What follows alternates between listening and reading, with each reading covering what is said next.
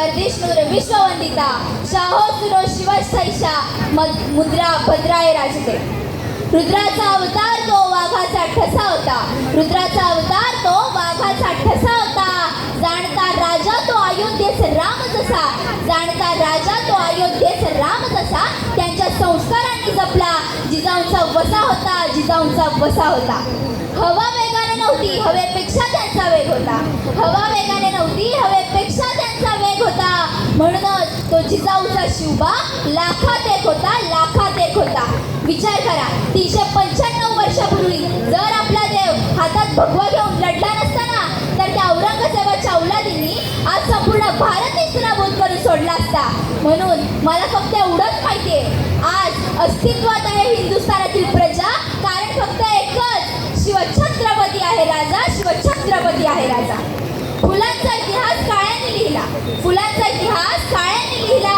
रात्रीचा इतिहास चांदण्यांनी लिहिला. रात्रीचा इतिहास चांदण्यांनी लिहिला. पण आज आपण स्वाभिमानाने जगतोय ना, कारण आपला इतिहास राजे शिवछत्रपतींनी लिहिला. राजे शिवछत्रपतींनी लिहिला. जर कोणी चुकत असेल तर त्याला सत्तेची वाट दाखवा. जर कोणी चुकत असेल ना तर त्याला सत्तेची वाट दाखवा. पण जर कोणी नडला ना तर त्याला मराठीची जात दाखवा. मराठीची जात दाखवा. एका 12 वर्षाच्या मुलाला लोकांनी प्रश्न विचारला, बाळा तुझं मोठं नियोजन काय रे? तो काय म्हणाला असेल? तो 12 वर्षाचा पोरगा म्हणाला, आजकाल फार ऐकू येतं, चलो इंग्लंड, चलो थायलंड, पॅकेज असतात, फिरून येऊया.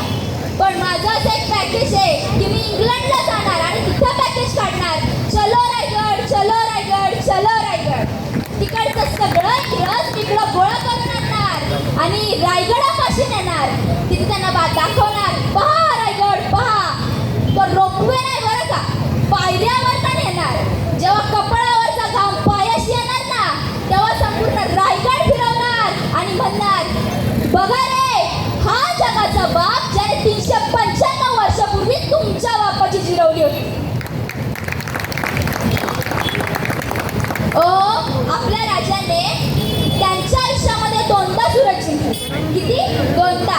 आज लोकांना सांगितल्यावर त्यांना खोटं वाटतं, खरंच का? पण याचं उत्तम उदाहरण म्हणजे आपल्या घरामध्ये शिवरायांची प्रेम असते. कोणती असते? कोणती असते? राज्याभिषेकाची. तीच का असते? त्याचं कारण असं, त्याच्यामध्ये एक ब्रिटिश अधिकारी आहे. तो महाराजांना मुजरा करतोय. त्यांना नंतर विचारलं, तू काय पाहत होतास रे?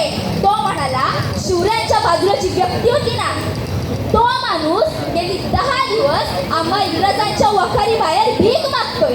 एक दिवस मी त्याला माझ्या खिशात काही पैसे टाकले का? भीक म्हणून. अहो, त्या बेण्यानं पुढच्या 2 दिवसात आमच्या खिसूरात भिकारी केले.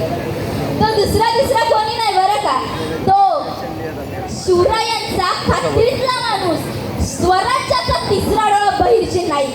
आणि तो ज्यांचा माणूस होता ते कोणी साधे सुद्धा नव्हते बरं का. त्यांनी छोटे मोठे प्रांत तर सोडाच, डायरेक्ट दिल्ली तख्तावर झेंडा फडकवला होता. डायरेक्ट दिल्ली तख्तावर. आणि तो झेंडा फडकवला तो पण साधं सुद्धा नाही.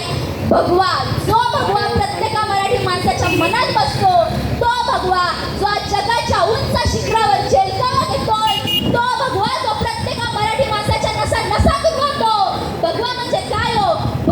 भयरी, गर्वरहित आणि वा म्हणजे वासणार रहित. तो भगवा जो प्रभू श्रीरामांचा आहे, तो भगवा वारकऱ्यांचा, तो भगवा शंभूराजांच्या बलिदानाचा, तो भगवा तुमचा आणि माझा. तो भगवा तुमचा आणि माझा. जगातला असा एकमेव इंजिनियर ज्याने स्वतःच्या वास्तूची गॅरंटी दिली आहे. लोक इथे आपल्या स्वतःच्या कार्यकर्त्यांची गॅरंटी देत नाहीत. तिथे या माणसाने स्वतःच्या वास्तूची गॅरंटी दिली आहे. कुठे दिली आहे? रायगडावर गेल्यावर एक शिलालेख आहे, त्याच्यावर असं लिहिलंय, या चंद्र दिवा करोती. म्हणजे राजे म्हणतात, म्हणजे जोपर्यंत सूर्य चंद्र आहे तोपर्यंत रायगडावरचा दगड वास्तू टिकून राहिली. विचार करा, काय मोठा हा पराक्रम आहे राजांचा. त्यांनी स्वतःची खात्री दिली आहे, मी बांधलेली वास्तू टिकून राहील. आणि डायरेक्ट 1-2 वर्ष आहे बरं का, 1-2 वर्षाची वॉरंटी नाही, डायरेक्ट सूर्यचंद्र असेपर्यंत. काय हा पराक्रम आहे महाराजांचा. शेवटी जाता जाता एवढंच म्हणे, उठभर मावळ्याने घेऊन हजारो सैतानांना लढून गेला. निचड्या छातीने हिंदुस्थान हलवून गेला. वाघ नखाने